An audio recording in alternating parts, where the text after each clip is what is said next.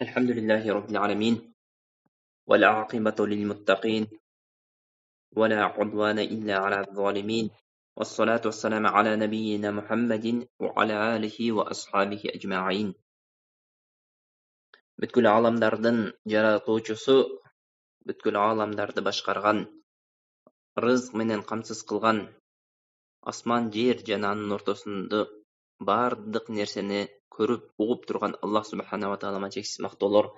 Пайгамбары, пайгамбарлардын мырзасы, пайгамбарлардын мөөрү, Аллах Тааламдын эң сүйүктүү кулу, пайгамбарлардын имамы, сиздин жана биздин пайгамбарыбыз Мухаммад саллаллаху алейхи ва салламга жана анын үй бүлөсүнө Аллах Тааламдын салават саламдары болсун. Урматтуу момун мусулман бир туугандар, сиз менен биз кечеги жана андан мурдагы сабагыбызда мусулмандар ийгиликке жеткен, тактап айтканда мусулмандардын эң биринчи жеңиши жана Меккенин ачылуусу жөнүндө сөз кылдык. Бул мусулмандарга жеткен эң сонун жеңиш эле. Албетте, момун мусулмандар bundan да башка көптөгөн жеңиштерге жеткен. Мисал айта турган болсок, Аллах субханала ва таалам мусулмандарга Бадыр согушунда жеңиш берген сыяктуу Ахзаб согушунда, Хунайн согушунда жана башка ушул согушта да ушундай сыяктуу согуштарда жеңиш берген. Пайгамбар саллаллаху алейхи ва саллам тирүү убагында ушундай согуштарга жеткен болсо, пайгамбар саллаллаху алейхи ва саллам бул дүйнөдөн көз жумгандан кийин пайгамбардын орун басарлары, тактап айтканда Абу Бакр, Умар, Усман, Али, Хулафаир Рашидин дер да көптөгөн ушундай жеңиштерге жеткен. Андан кийин падышачылык доору башталган. Аммавилердин доорунда мусулмандар көптөгөн ушул сыяктуу жеңиштерге жетти. Алардын доору бүтүп, Аббасилердин доору башталганда, Аббасилер дагы көптөгөн ийгиликтерди жаратты. Көптөгөн ачылууларды кылды, көптөгөн шаарларды ачты. Андан кийин Мамаликтер, андан кийин Усманилер. Ушулардын бардыгы ушундай сонун ийгиликтерге жете берди. Бирок тилекке каршы Усманилердин акыркы доорлорунда, тактап айтканда Усманилер башкарган доордун акыркы убактарында мусулмандар кезек-кезеги менен жеңилген убактарда болбой койгон жок. Мусулмандар жеңилген учурда болду. Албетте, мусулмандар жеңилген учур пайгамбар саллаллаху алейхи ва салламдын доорунда да катталды. Андан кийинкилердин доорунда да анча-мынча болуп турду. Болду, бул нерсени четке какпайбыз. Ошол жеңилүүлөрдүн эң акыркылары мусулман үммөтүнүн үстүнөн капыр үммөттөрдүн үстөмдүүлүк кылуусу менен аяктады.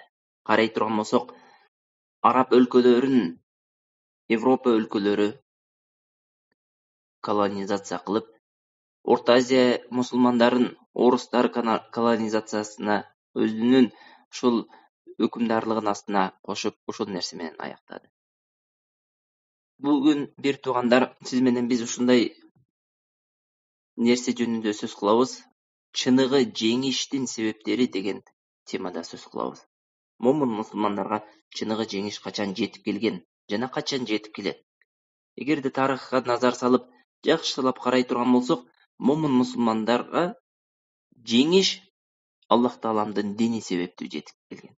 Аллах Тааламдын дининде бекем болгондугу себептүү жетип келген. Аллах субханала ва таалам ушундай деп айтат: "Ва кана хаккан алейна насрул муъминин." Момундарды жеңдирүү бул биздин милдетибиз. Тактап айтканда, Аллах субханала ва таалам момундарды сөзсүз түрдө биз жеңишке жеткизебиз деди. Ошондой эле башка аятта Аллах субханала ва таалам: "Инна ланансуру русулана валлазина аману фил хаяти дунья ва яума якумул ашхад." Чындыгында биз, дейт Аллах субханала ва таалам, өзүбүздүн элчилерибизди жана ыйман келтиргендерди бул дүйнөдө жана акыретте жеңиш менен сыйлайбыз. Яума ла янфау залимина маъзиратуху.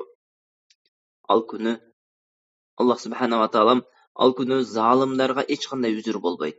وَلَهُمُ اللَّعْنَةُ وَلَهُمْ سُوءُ الدَّارِ. Аларга Аллах Тааланын каргышы болот. Алар бара турган жер кандай жаман дейт. Демек, Аллах Субханаху ва Таалам бир тугандар мусулман үммөтүнө ийгиликти, мусулман үммөтүнө жеңишти дини себептүү берген. Бул дин бир тугандар башка диндердин үстүнөн үстөмдүүлүк кылуучу дин. Жана кимде ким ушул динди кармай турган болсо, Аллах Субханаху ва Таалам башка үммөттүн үстүнөн үстөмдүүлүктү берет. Бул Аллах Тааламдын уадасы. Аллах Таалам өзүнүн уадасына эч качан каршы чыкпайт. Караңыз, Аллах Субханаху ва Таалам ушундай деп айтат: "Валлази арсала расулаху бил худа ва динил хакки лiyuzhirahu ala ad-din kullihi wa law karihal mushrikun." Аллах пайгамбарды жөнөттү. Ал пайгамбар хидаят менен жана акыйкат дини менен келди. Liyuzhirahu ala ad-din kullihi, башка диндердин бардыгынын үстүнөн үстөмдүүлүк кылуу үчүн. Wa law karihal kafirun. Бул нерсени канчалык мушриктер жаман көрбөсүн, пайгамбар саллаллаху алейхи ва саллям алып келген дин бардык диндердин үстүнөн өкүмдарлык кылуу үчүн келди деп Аллах Субханаху ва Таалам кабар берди. Демек, бир тугандар, сиз менен биз ушул дин менен жашай турган болсок, ушул динди бекем кармай турган болсок, Аллах Тааламдын уадасы бир тугандар, Аллах Таалам сиз менен бизди мусулман үммөтүнө башка диндердин үстүнөн, башка дин өкүлдөрүнүн үстүнөн, башка үммөттүн үстүнөн бир тугандар үстөмдүүлүк берет. Бийлик берет. Аллах Субханаху ва Таалам пайгамбар Мухаммад саллаллаху алейхи ва салламга жана сахабаларга ушундай үстөмдүүлүк берген сыяктуу. Демек, сиз менен биздин мойнубуздагы милдет Аллах Тааламдын дини менен жашоо. Аллах Тааламдын динине бекем кармануу, Аллах Тааламдын буйруктарын аткарып тыйган нерсесинен тыйылуу. Ушул нерседе Аллах Тааламдын уадасы бар. Аллах Субханаху ва Таалам, караңыз: "Вала тахину вала тахзану ва антумул а'лауна ин кунтум му'минин." Сиздер алсырабаңыздар жана капада болбоңуздар. Сиздер дайыма үстөмдүүлүктө болосуздар. Качан? Эгерде мумин болсоңуздар деди. Iyemseskum faqad massal qawma qarhum mithluh. Эгерге сиздерге бир кыйынчылык жетип келген болсо, аларга да ушундай кыйынчылык жетип келген. Wa tilkal ayyamu nudawiluha baynan nas. Бул күндөрдү биз адамдардын арасына кезек-кезек кылып коебуз. Мусулмандарга эмне анча-мынча кыйынчылык жеткен. Ухуд согушу сыяктуу. Ухуд согушунда мусулмандар утулуп калды. Куттум ушул сыяктуу алар да утулушкан. Бадыр согушунда утулду мушриктер деп Аллах Субханаху ва Таалам ушул аятта айтып өттү. Вала тахину фи ibtiga'il qawm. Аллах Субханаху ва Таалам, сиздер алсырабаңыздар бир коомдун артынан кууп барарда. Ин такуну ta'lamuna fa innahum ya'lamuna kama ta'lamun. Эгер сиздерге кыйынчылык жеткен болсо, аларга да куттум ушундай кыйынчылык жеткен. Wa tarjuna min Allahi wa la yarjun. Бирок Аллах Субханаху ва Таалам ушундай дейт: сиздер Аллах Тааланын алдында үмүт кылган нерсени алар үмүт кылган жок дейт. Wa kana Allahu aliman hakima. Аллах Таалам билүүчү жана даанышман зат. Башка бир аятта: "Фала тахину ва тад'у ila as-salmi wa antum al-a'launa wallahu ma'akum wa la yatirkum a'malakum." Сиздер алсырабаңыздар жана өзүңүздөр үстөмдүүлүк болуп турган учурда аларды тынчтыкка чакырбаңыздар дейт. Аллах Таалам ла ятиракум а'малакум, сиздердин амалыңыздарды текке кетирбейт дейт. Иннамал хаяту дунья ла'ибу ва лаху. Бул дүйнө оюн зооктон бөлөк эч нерсе эмес деди. Демек, Аллах Субханаху ва Таалам ушул аяттар менен мусулман үммөтү дегеле жалпы мусулмандар, пайгамбар саллаллаху алейхи ва салламдан те кыямат күнүнө чейин келе турган мусулмандар дини менен үстөн болот. Эгерде динине бекем боло турган болсо, албетте Аллах Субханаху ва Таалам башка дин өкүлдөрүнүн үстүнөн үстөмдүүлүк берет экендигин ушул жогорудагы окуган аяттар далил болду. Мусулман адам дайыма бекем болуу керек. Динине бекем болуу керек. Жана Аллах Таалам буйруган буйруктарды аткаруу керек. Тыйган нерселерден толугу менен тыюу керек жана ушуга окшогон учурларга дайыма даяр туруу керек. Аллах Субханаху ва Таалам "Вa'iddu lahum mastata'tum min quwwatin." Аларга колуңардан келишинче күчүңөрдү даярдап койгула. Кимдерге? Мушриктерге. Деп ушул аятта Анфал сүрөсүнүн 60-аятына буйруду. Мусулман адам өзүнүн нафсани дагы, жана аскари дагы дайым даярдыкта алып жүрүү керек. Ал дегени, караңыз, мусулман үммөтүнүн алсыз болуусу мусулманга татыктуу эмес сыпат болуп эсептелет. Мусулман адам эч качан, мусулман үммөт эч качан алсыз болбоо керек. Аллах субханаху таала ушул аятта дагы ушул нерсени айтты. Уайду лахум мастата'тум мин кувватин. Аларга колуңуздардан келишинче күч кубатыңыздарды даярдап коюңуздар.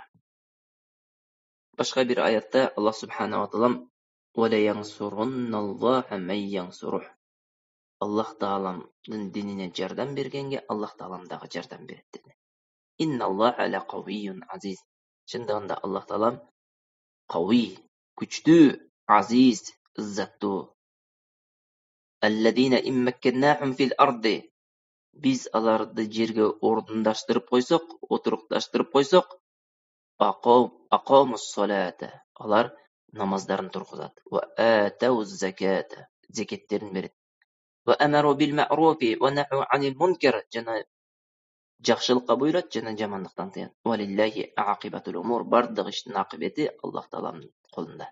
Деп Аллах Таалам айтып өттү. Караңыздар, бул аят улук аят. Хадж сүрөсүнүн 40 жана 41 аяты. Аллах субханаху таалам бул аят менен көп нерсени баяндады. Караңыз, Аллах Тааламдын динине жардам бергенге Аллах Таалам сөзсүз түрдө жардам берет. Аллах Тааламдын динине жардам бергенге Аллах Таалам сөзсүз жеңиш берерин убада кылды.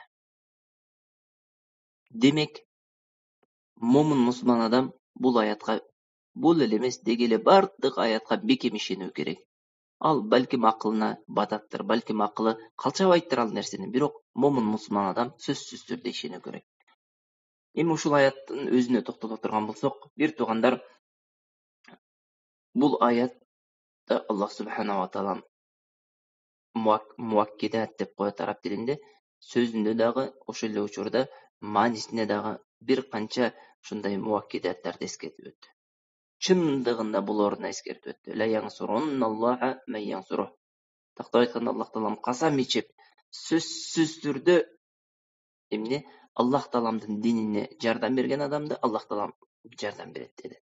Демек, сиз менен бизге жетип келген жеңиш Аллах Таалам тарабынан келет деп иман келтиребиз. Демек, Аллах Таалам тарабынан келген жеңиш себептерге байланган. Ал себептин эң биринчиси албетте динине бекем болуу. Бир туугандар, ушул жерде бир нерсени айтып кетебиз. Бүгүнкү күндө дини алсыз болгон адамдар, же болбосо башка диндин өкүлдөрү мусулмандарга ушундай шек салат. Эгерде сиздер акыйкатта болсоңуздар, бүгүнкү күндөгү абалыңыздарды карабайсыздарбы? Бүгүнкү күндөгү мусулман үммөтү ушунчалык кыйынчылыкта жашап атат. Мусулман үммөтү көз каранды болуп жашап атат. Эгерде сиздер акыйкат болсоңуздар, сиздер жеңиште болбойт билеңиздер. Сиздер үстөмдүү болбойт элесиңиздерби деп ушуга окшогон сөздөрдү айтат. Биз ал сөздү четке какпайбыз. Албетте, бүгүнкү мусулмандардын абалы оор. Бүгүнкү күндөгү мусулмандардын абалы Умардын, Усмандын, Алинин убагындагы, Пайгамбар саллаллаху Абу Бакырдын, Аммавилердин, Аббасилердин убагындагы мусулмандардын абалында эмес. Бүгүнкү күндөгү мусулмандардын абалы акыйкатта ыйлай турган абалда. Бирок бир нерсени билүүбүз керек, бир туугандар, сиз менен биз ушундай абалга кириптер болуубузга динибиз себеп болгон жок. Динди карманган үчүн ушул нерсеге жетип, ушундай кордукта мусулман үммөтү жашоосун сүргөн жок. Балким тетирисинчеси дининен алыстаган себептүү, күнөөгө чумкуп, мойну менен бүтүндөй кирип кеткендиги себептүү ушундай абалга жетип келди. Бир туугандар, Ухуд согушу, албетте Ухуд согушу жөнүндө сөз кылган жокпуз. Бирок Пайгамбар саллаллаху алейхи вассаламдын өмүр баянын окуган адам Ухуд согушуна өтө жакшы билет. Ухуд согушунда мусулмандар ийгиликтен кур калды. Мусулмандар утулду Ухуд согушунда. Эмне себептүү? Карасаңыздар, Пайгамбар саллаллаху алейхи вассаламдын бир буйругуна баш ийбей коюудан мусулмандар эмне жеңиштен кур калып, утулууга душар болду. 70 сахаба шейит кетти. Эми караңыздар, Пайгамбар саллаллаху алейхи вассаламдын доорунда, Пайгамбар саллаллаху алейхи вассаламдын бир буйругуна баш ийбей коюштук musulmon ümmetining ошол жерде утулуп калуусуна себеп болгон болсо, эмне деп ойлойсуз бүгүнкү күндө? Musulmon ümmeti dinim İslam, Rabbim Allah, Peygamberim Muhammed dep жашаган musulmon ümmeti күнөөнү адат кылып, ал эми Аллах Тааламдын буйруктарын таштап, Аллах Таалам тыйган нерсени колунан келишинче аткарып калган үммет кантип жеңишке жетет деп ойлойсуз? Жогоруда айтып өткөндөй, бир туугандар, жеңиштин эң чоң себеби musulmon ümmetinin бул дүйнө жана акырет төрүктүү жеңишке жетүүсүнүн эң чоң себеби бул дини деп айтпадыкпы? Демек, ушул динини бекем болуусу жеңишке жеткизген болсо, динини алсыз болуусу жеңиштен кур калтырат. Ошондуктан бир туугандар, сиз менен биз бекем ишенишибиз керек. Динибиз менен жашай турган болсок, дин исламды тутуп, бардык жерде динибиз менен өкүм кылып, тактап айтканда, колубуздан келишинче Аллах Таалам буйруган буйруктарды аткарып, бүт Аллах Таалам тыйган нерседен тыйыла турган болсок, анда сиз менен биз албетте жеңишке жетебиз. Мусулман үммөтү азиз болот. Мусулман үммөтү иззаттуу болуп жашайт. А бирок андай болбой турган болсо, анда бүгүнкү абалыбыз кыяматка чейин уланышы мүмкүн. Эми караңыз, мол аятта Аллах субханала таалам бир канча сыпатты белгилеп өттү. Ошол сыпаттын эң биринчиси алладина иммакканнахум фил арди акамус салата. Эгерде аларды кимдер? Момун мусулмандарды жердин үстүндө орноштурсак, жердин үстүндө аларга бийлик берсек, алар эң биринчи намаздарды аткарат деди. Караңыз, жердин үстүндөгү Аллах Тааламдын өкүмдары болуу мусулмандар үчүн бул динге байланган. Аллах субханала таалам бир аятта ушундай деп айтат: "Ва'адаллаху аллазина аману минкум".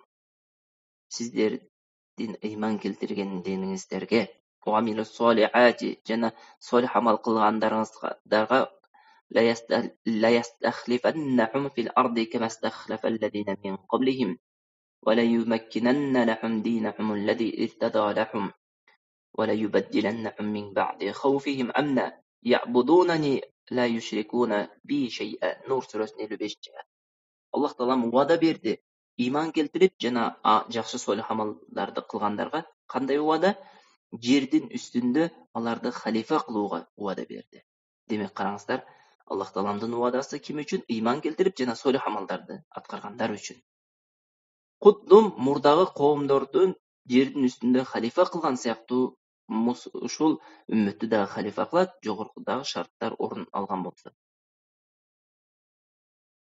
Эми караңыз, момун мусулман адам Аллах Тааламдын ибадатына орундаткан болсо, сөзүндө, кыймылында, бардык нерсесинде Аллах Тааламдын жүзүн каалай турган болсо, тактап айтканда ыкластуулук менен ибадат кыла турган болсо, акыретке иман келтирип, ар бир амалыны Аллах Тааламдан сооп үмүт кылып кыла турган болсо, Аллах Таалама эч бир нерсени шерик кошпой турган болсо, бул дүйнөнүн арзыбаган нерсеси үчүн динин сатып жибербей турган болсо, албетте Аллах субханала таалам жердин үстүндө аларды эмне кылат? Халифа кылат. Аллах субханала таалам аларды жердин үстүндө өкүмдар кылат. Аллах субханала таалам аларды жердин үстүндө азиз кылат. Бул нерсе албетте жогоруда айткандай иманга жана солих амалдарды кылууга барып такалат. Демек, эң биринчи сыпат жогоруда окуган аяттагы момун мусулмандардын, тактап айтканда, Аллах субханала таалам жердин үстүндө ушундай олтурукташып койдургандан кийин алар дагы эң сонун Аллах Таалам жакшы көргөн сыпаттардын биринчиси иман келтирип, тактап айтканда, Аллах Тааламдын динине бекем болот деди. Андан кийинки сыпат алар жердин үстүндө орун алгандан кийин намаздарды тургузат деди. Намаздарын тургузат. Намаздарын Аллах Таалам буйругандай, пайгамбар саллаллаху алейхи вассаламдай көрсөткөндөй кылып аткарат. Колунан келишинче ушул Аллах Тааламдын буйругун аткарууда бардык мүмкүнчүлүктөрүн жумшайт. Жана бул намаз жөн эле сүрөт болуп калбастан, бул намаздын чыныгы Бул намазды чыныгы пайгамбар саллаллаху алейхи вассалам көрсөткөндөй кылып окуган аракет кылат. Андан кийинки үчүнчү сыпат ита уз зака, зекеттерин беришет. Ал дегени өздөрүнүн малдарынын акыларыны, ошол өздөрүнүн малдарынын ичиндеги жетим жесирлердин акысын берет. Ушул зекеттерин берүүдө Аллах Тааламдын жүзүн каалайт. Аллах Тааламдын ыраазылыгын каалайт. Ушул зекеттерди берүү менен өздөрүнүн нафсыны жана малдарыны тазалайт. Эмнеден тазалайт? Жаман ыплас нерселерден тазалайт деди. Андан кийинки 4-нчү сыпат, алар ошол эле нерсе менен тим болбостон, балким жакшылыкка буйрат деди. Жакшылык деген эмне? Ал-ма'руф, араб тилинде ма'руф деп айтылат. Ал-ма'руф деген бир туугандар жакшы нерсе, жакшылык нерсе. Эми жакшылык нерсеге буйрат дегени адамдардын көз карашынын астындагы жакшылык эмес, балким Аллах Тааламдын астындагы жакшы нерселерге буйрат. Жакшылык десе бир туугандар, эгерде ушул укукту кайсыл нерсе жакшы, кайсыл нерсе жаман деген укукту Аллах Таалам пенделерине берип койсо, адамдар жаман ыплас нерсени дагы жакшы деп айтып жүрө бериши мүмкүн. Адамдар эң жаман нерсени дагы жакшы деп айтып жүрүшү мүмкүн эле. Бирок Аллах Таалам бул укукты пендеге берген жок, балким бул укукту өзүнө калтырып, Кур'анда жакшы деген нерсени момун мусулмандар дагы жакшы деп сыпаттоосуна буйруду. Жана ошол жакшылыкка буйруду. Жакшылыкка буйруу бул момун мусулмандын сыпаты. Жакшылык бир туугандар, караңыз, жакшылыкка буйруу сиз менен биздин жеңишке жетишибизге себеп болот.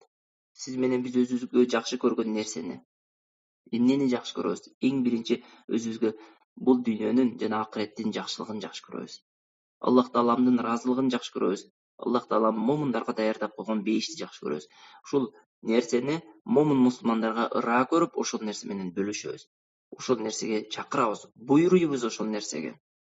Жакшылыкка буйруйбуз. Демек, жеңишке жетүүнүн сырларынын бирөөсү мусулман үммөтү жакшылыкка, башка мусулмандарды жакшылыкка үндөөсү менен болот. Жана wan-nahyu anil munkar, жаман нерседен тыюу менен болот. Жаман деген эмне? Жамандын критериясы кандай дей турамызбы? Жаман деген паланчы, пустанчы жаман деген нерсе эмес, жаман деген Аллах Таалам жаман деген нерсенин бардыгы жаман. Аллах Тааламдын дини жаман деген нерсенин бардыгы жаман. Ал нерсе балким сиз менен биздин көзүбүздүн астында жакшы болуп көрүнсө деле, Аллах Таалам жаман деген нерсе бул баары жаман деп ыйман келтиребиз. Караңыз, момун мусулман адам Аллах Тааламдын дини, шариятыбыз жаман деген нерсенин бардыгынан оолак болуу керек, аруу болуу керек ал нерседен. Аллах Таалама ибадат кылуудагы жаман нерселерден, кулк мүнөздөгү жаман нерселерден, мамиледеги жаман нерселерден, бардык ушул сыяктуу нерседеги адам баласынын жашоосундагы жаман нерселердин баарынан оолак болуу керек жана башка үммөт, тактап айтканда мусулман үммөттү ушул нерседен тыюу керек. Мусулман адам, момун мусулман адам жакшылыкка буйруп, жамандыктан тыюу керек. Демек, караңыз, сиз менен биздин жеңишке жетүүбүздүн сырлары жогоруда айтып өткөндөй, намаз окуу, зекет берүү, жакшылыкка буйруу жана жамандыктан тыюу. Ошол жакшылыкка буйруу жана жамандыктан тыюу бул мусулман үммөтүнүн башка үммөттөрүнөн болгон өзгөчөлүктөрү. Башка үммөттөр, бир туугандар, караңыз, пайгамбарлары гана жакшылыкка буйруган жана жамандыктан тыйган. Ал эми сиз менен биз жок. Аллах субханала таалам сиз менен бизге ушул динибиздеги өзгөчөлүктөрүн, сиз менен бизге берген өзгөчөлүктөрдүн бирөөсү жакшылыкка буйрууга буйруду жана жамандыктан тыюуга буйруду. Валтакум минкум умматун яд'уна илал хайр. Сиздердин ичиңиздерден ушундай тайпа болсун, алар жакшылыкка буйрусун. Ва я'муруна бил ма'руфи ва янхауна анил мункар. Жакшылыкка буйруп, жамандыктан тыйсын dedi. Ва улайка хумул муфлихун. Ошолар чыныгы ийгиликке жеткен адамдар dedi. Ва ла такуну каллазина тафаррaqu ва ихталафу мин ба'ди ма жа'ахумул баййинат. Ва улайка лахум азабун азим. Сиздер бөлүнүп, жарылып, ачык айкын нерсе келгенден кийин бөлүнүп, жарылып, чачылып кеткен сыяктуу үммөт болбоңуздар. Алар чынга ушундай чоң азап күтүп турат dedi. Ошондой эле Аллах субханала таалам күнтум хайра умматин.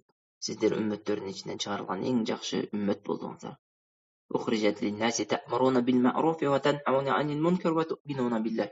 Сіздердің башка үммөттөрдөн артыкчылыкта болуңуздарга себеп жакшылыкка буйруусуздар жана жамандыктан тыясыздар dedi. Демек жакшылыкка буйруу жана жамандыктан тыюу сиз менен биздин эмне жана Аллахка ыйман келтирүү сиз менен биздин башка үммөттөрдөн болгон артыкчылыгыбызга себеп болот. Эми караңыздар, ушундай жакшылыкка буйруп, жамандыкты тыюу деген амалды таштап койгон адамдарга кандай азаптар болгон. Бул жөнүндө Аллах субханаху ва таала баяндап: لعن الذين كفروا من بني إسرائيل على لسان داود وعيسى بن مريم. Banu İsrail, İsa ibn Maryam, Aysa'nın жана Давудтун тили менен Аллах Тааланын астына каргышка калды. Алардын мындай болгонуна себеп, каргышка калганына, лаанатка калганына себеп, ذلك بما عصوا وكانوا يعتدون. Күнөөгө чумкуп, Аллах Таалам койгон чекти ашып кеткен себеп болду дейт. Ал кандай амал эле? كانوا لا يتناهون عن منكر فعلوه. Эгерде бир күнөө иш болуп жаткан болсо, ал нерседен тыйбайт эле. Караңыздар, күнөө иш болуп жаткан болсо, ал нерседен тыйбайт эле. لبئسما كانوا يفعلون. Алардын ушул кылган нерсеси кандай жаман деди.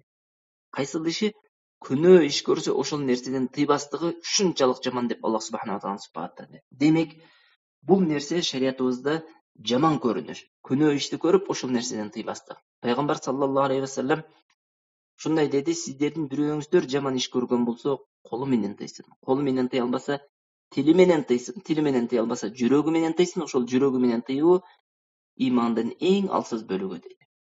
Имандын эң алсыз бөлүгү. Андан кийин иман болуусу мүмкүн эмес. Ушул нерсени сахабалар шарттаганда ушул хадисте имандын эң алсыз бөлүгү деген жүрөк менен жаман көрүү жана ошол жерден күнөө болуп жаткан жерден кетип калуу деп айткан. Бүгүнкү күндө сиз менен биз ушундай жаман Аллах Таалам алдында күнөө болгон иштин алдында аралашып жүрө беребиз. Кээ-бирлерибиз тилекке каршы кыпындай дагы ошол нерсени жаман көрүү сезими пайда болбойт.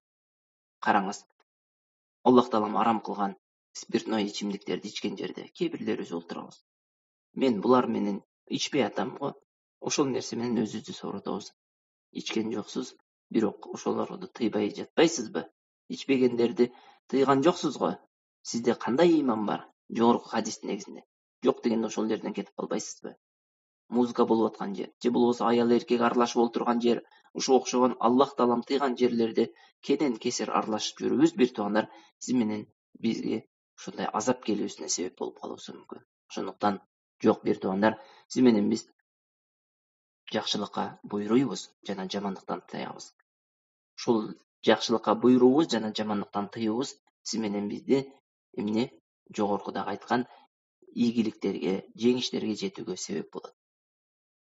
Аллах субханаху ва таала ушундай деп айтат башка бир аятта: "Ва'даллахи ла юхлифуллаху вa'dah." Аллах таала муада берди, Аллах таала муадасына каршы иш кылбайт. "Валакин аксарун наси ла я'ламун." Бирок тилекке каршы көпчүлүк адам бул нерсени биле бербейт дейт. Ал капырлар я'ламуна захиран минал хаяти дунья ва хум анил ахирати хум гафилун. Ал капырлар бул дүйнөнүн кээ бир нерселерин билет, бул дүйнөгө байланган, мындайча айтканда, дүйнөви илимдерди билет. Бирок акырет жөнүндө алар капилетте дейт. Ошол жерде бир нерсеге токтолуп өтөбүз, бир туугандар. Кээде отуруп капырларды мактоодо чектен ашып кетебиз. Капырларды мактоодо чектен ашуу бул шариятыбыз тыйган амал. Капырлардын макталбай турганына далил бир туугандар Аллах Таалама ибадат кылууда шерик кошкондугу. Ушул өзү жемеленген эң жаман сыпат болуп эсептелет. Бүт жакшы сыпаттарды, адамдар менен болгон мамиледе бүт жакшы сыпаттарды чогултуп, бирок Аллах менен болгон мамиледе Аллахтын баласы бар дештик, бул жанагы адамдын жакшы сыпаттарын жокко чыгарып, жууп жиберет. Караңыздар, бир туугандар, ошол себептүү сиз менен биз капырларды мактоодо сөзсүз түрдө биринчи алардын ушул кылган кылмышын айтып туруп, анан кийин мактасак, ошондо максатка ылайык болот. Жөндөн жөнүнө олтуруп, паланчы ил, пустанчы ил деп мактай калабыз. Бир туугандар, Аллах субханаху ва таала мына аятта, Рум сүрөсүнүн 7-аятында Алар бул дүйнөнүн гана кичине нерселерин билет, бирок акыреттен капилетте дейт. Бүгүнкү күндө туура биз четке какпайбыз. Дүйнө илиминен алар алдына чыкты, мусулмандарга караганда алдына чыкты. Мусулмандардын дүйнө илиминен артта калып кеткенине жогоруда айтып өткөндөй диний себеп болгон жок. Динден алысташтыкты ушундай бекем кармап алгандыктан ошол дүйнөдөн дагы артта калып кетти. Тактап айтканда, динибизге бекем болбостук сиз менен биздин дүйнөбүздө дагы капырлардан артта калып кеткенге себеп болду. Караңыз бир туугандар, тарыхка назар салыңыз. Мусулман үммөтү дүйнөдөн дагы алдына чыгып, Европа элине маданиятты жеткизген. Европа элине бүт дүйнөнүн илимдерин жеткизген. Жада калса кээ бир илимдерде ачылыштарды жасаган. Кимдер болгон? Мусулмандар болгон. Бүгүнкү күндө ушундай дүйнөдө ачылыштарды жасап, дүйнөдө кандайдыр бир максаттарды орундатып, ийгиликтерге жетип жаткан адамдар капырлар болушу мүмкүн.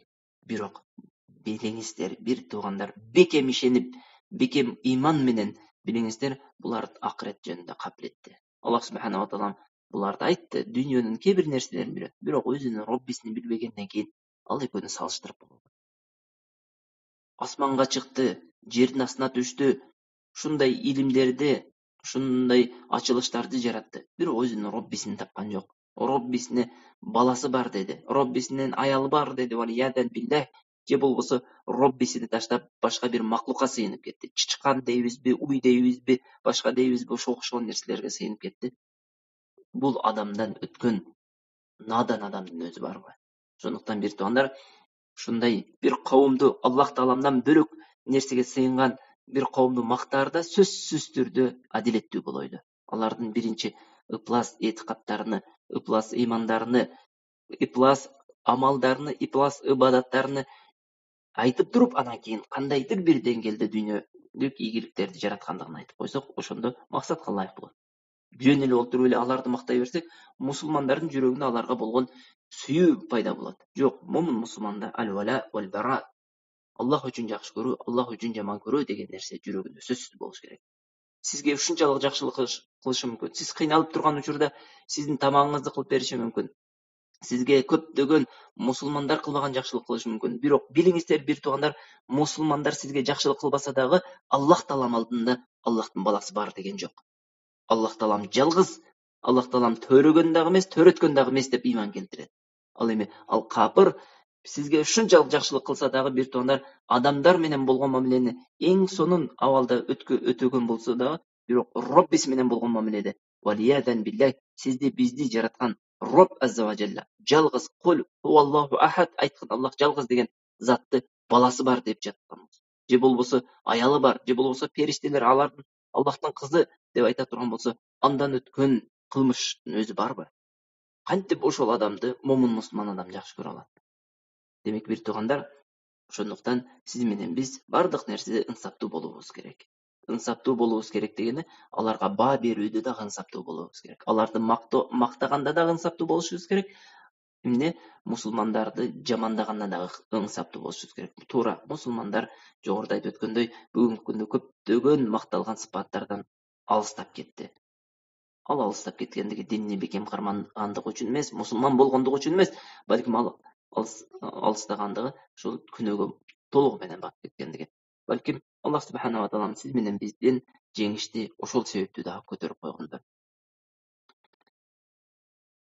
Мусулман адам ифтахарат адун би кувватиха. Караңыз. Материалдык жана моралдык жеңиштер болот. Бирок ушул жеңиштердин бардыгы Аллах тааламдын колундагы нерсе. Аллах кааласа, шунчалык күчтүү үммөттү жер менен жексен кылыш көз ирмемде садыр болуп калышы мүмкүн деп иман келтиришибиз керек. Аллах үчүн бул эч кандай кыйынчылыкты туудурбайт. Шундай чоң курал жаракка ээ болгон үммөттөрдү да Аллах субханала таалам жок кылган. Мынал үммөттөрдү дагы, шундай өзүнүн күчү менен сыймыктанган үммөттөрдү дагы Аллах таалам жок кылып коюусу эч бир кыйынчылык туудурбайт деп бекем ишенишибиз керек. Албетте, бирок себептерин дагы карманышыбыз керек. Аллах субханала таалам Ад жөнүндө ушундай баяндап, Ат коому деген болгон бир туугандар, алар ушунчалык чоң болгон. Алар жердин үстүндө ушунчалык текеберлик кылып, бузукулуктарды жараткан. Авалам ярау анна Аллах аллази халакахум хуа ашадду минхум кувва. Аллах таалам жараткан нерсе алар жараткан нерседен дагы жакшыраак, күчтүүрөөк эмеспи дейт. Ва кану би аятина яджхадун. Алар биздин аяттарыбызды четке какты. Fa arsalna alayhim. Ат коому жөнүндө болуп атат. Ат коомуна Худ алейхиссалам келген. Fa arsalna alayhim rihan sarsara. Биз аларга ушундай суук болгон шамалды жөнөттүк. Fi ayyamin nahisatin linudhiqahum adab al-khizy fil hayati dunya. Бул дүйнөдө кор болгон азапты таттоосу үчүн деди. Wala adabul akhirati akhza. Акыреттин азабы ушундай каттуу шермендечилик. Wa hum la yunsarun. Алар эч кандай жеңиш таппайт ал жерден деди. Бул нерсе менен эмнени айткыбыз келип турат? Бир туугандар, бул аят менен сиз менен биз бекем ишенишибиз керек. Аллах Тааламдын алдында кандай күчтүү болбосун, Аллах Таалам алдында эч кандай күчкө ээ эмес. Ушундай күчтүү болгон, тоолорду оюп жашаган, мындай телосы деп коебуз, келбети ушундай чоң болгон адамдар Аллах субханала таалам көз ирмемди бир шамал менен жок кылып салган. Караңыз, Фираун жана анын аскерлерин Аллах субханала таалам көз ирмемди суунун астында кылтырып жиберген.